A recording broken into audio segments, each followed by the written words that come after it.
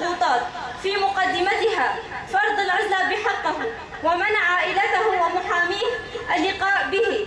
فمنذ إن قال القائد عبد الله أوجلان في آخر لقاء له مع محاميه: أستطيع إسكات صوت السلاح في غضون أسبوع، قامت الدولة الفاشية تركيا بتشديد العزل على القائد، وذلك لأن الدولة التركية تعلم جيدا بالدور الذي يلعبه القائد عبد الله أوجلان.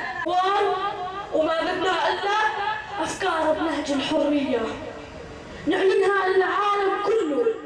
ما بدنا الدولة القومية، ما بدنا الظالم يتمدد، ولا بدنا الشعب يتقيد.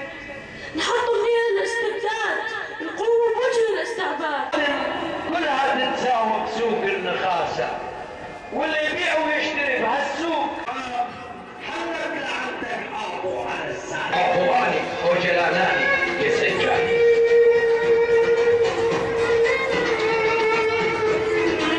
دون الحديث العمر لولا علي والعثمان بن